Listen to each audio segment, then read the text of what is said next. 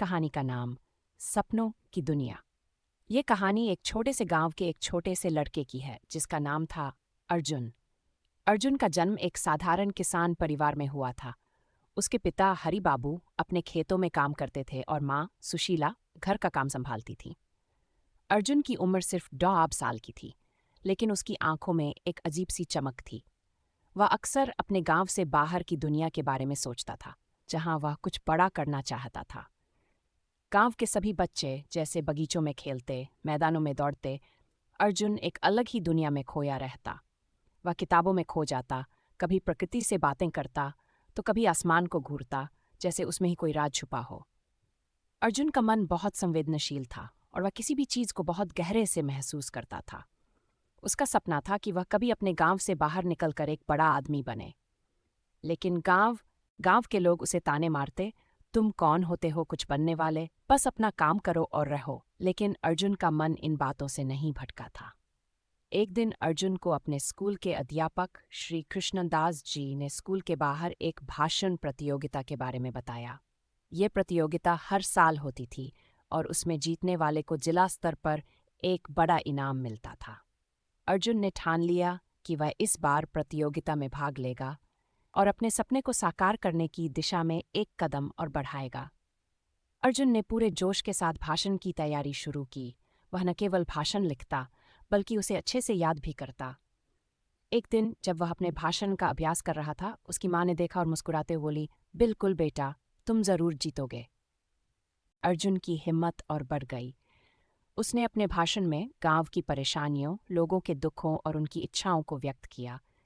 वह जानता था कि यह भाषण उसकी आवाज़ बनेगा और वह उस आवाज़ को पूरे जिले में गूंजते हुए सुनाना चाहता था। अर्जुन की तैयारी जारी थी। वह रोज़ शाम को स्कूल के बाद अपने भाषण का अभ्यास करता और कई बार वह उसे अपने दोस्तों के सामने भी सुनाता। वह जानता था कि प्रतियोगिता में जीतने के लिए उसे कुछ अलग और ख़ास करना होगा। अपने दिल की बात और गांव की सच्चाइयाँ वह शब्दों के माध्यम से दुनिया तक पहुंचाना चाहता था। एक दिन अर्जुन ने अपना भाषण एक बार फिर से सुशीला माँ के सामने पढ़ा। माँ, क्या तुम समझ पाती हो? क्या ये सही है? उसने उम्मीद भरे शब्दों में पूछा। सुशीला माँ ने मुस्कुराते हुए कहा, बिल्कुल बेटा, तुमने जो लिखा है वह मेरे दिल को छू गया है। लेकिन याद रखना, सिर्फ शब्द ही नहीं, तुम्हारी भावना और मेहनत भी मायने रखती है। यदि तुम सच्चे मन से अपने गांव और अपने लोगों के लिए कुछ करना चाहते हो, तो तुम जीतने वाले हो। अर्जुन को अपनी माँ की बातों ने नया हौसला दिया। अब वह सिर्फ भाषण की तैयारी नहीं, बल्कि अपने भीतर की शक्ति को महसूस कर रहा था। वह जानता था कि इस प्रतियोगिता से उसे केवल इनाम या पुरस्कार नहीं मिलेगा, बल्कि वह अपनी आवाज़ को उस समुदाय तक पहुंचाने का एक मौका पा रहा था, जिसे वह हमेशा से देखता आया था। अर्जुन ने अपनी पूरी तैयारी में कोई कसर नहीं छोड़ी। उसने भाषण को कई बार अभ्यास किया और छोटे बदलाव भी किए। वह सोचता कि वह जितना साफ और स्पष्ट बोल सके, उतना ही बेहतर होगा। आखिरकार प्रतियोगिता दिन आ गया। अर्जुन अपने गांव के अन्य बच्चों के साथ स्कूल के मैदान में खड़ा था। पूरा स्कूल वहां मौजूद था और सभी की निगाहें मंच पर थीं। बच्चों के चेहरे पर उत्सुकता और घबराहट साफ दिखाई दे रही थी। जब अर्जुन का नाम पुकारा गया तो वह धीरे धीरे मंच पर चढ़ा। उसकी धड़कन तेज हो रही थी, लेकिन उसने खुद को शांत रखने की कोशिश की। वह माइक्रोफोन के पास खड़ा हुआ और भीड़ से थोड़ी दूरी बनाकर शब्दों की तैयारी करने लगा।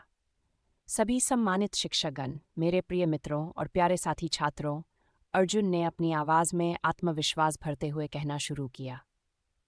हम सब एक छोटे से गांव में रहते हैं, जहां हर दिन हम अपनी मेहनत से जीते हैं, लेकिन हमारे सपने, हमारे गांव से बाहर जाने की उम्मीदें कभी पूरी नहीं होतीं।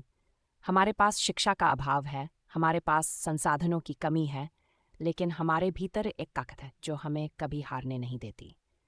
अर्जुन ने धीरे धीरे अपने भाषण में गांव की समस्याओं, उसकी समस्याओं के समाधान और समाज के प्रति अपने कर्तव्यों की बात की।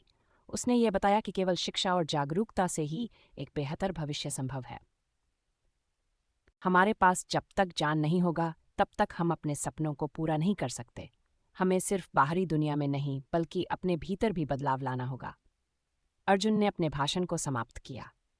सभी उपस्थित लोग चुप थे, जैसे वे उसकी बातों को गहरे से महसूस कर रहे थे। कुछ लोग अपनी आंखों में आंसू भी छुपा रहे थे, क्योंकि अर्जुन ने उनकी दिलों की बात को शब्दों में डाला था। अर्जुन ने मंच छोड़ा और नीचे आकर अपने दोस्तों के पास बैठ गया। उसकी धड़कन अभी भी तेज थी, लेकिन उसने खुद से कहा, अब जो होना था वह हो चुका। अर्जुन को पूरा विश्वास था कि उसने अपना सर्वश्रेष्ठ दिया है और अब जो भी परिणाम होगा वह उसे स्वीकार करेगा।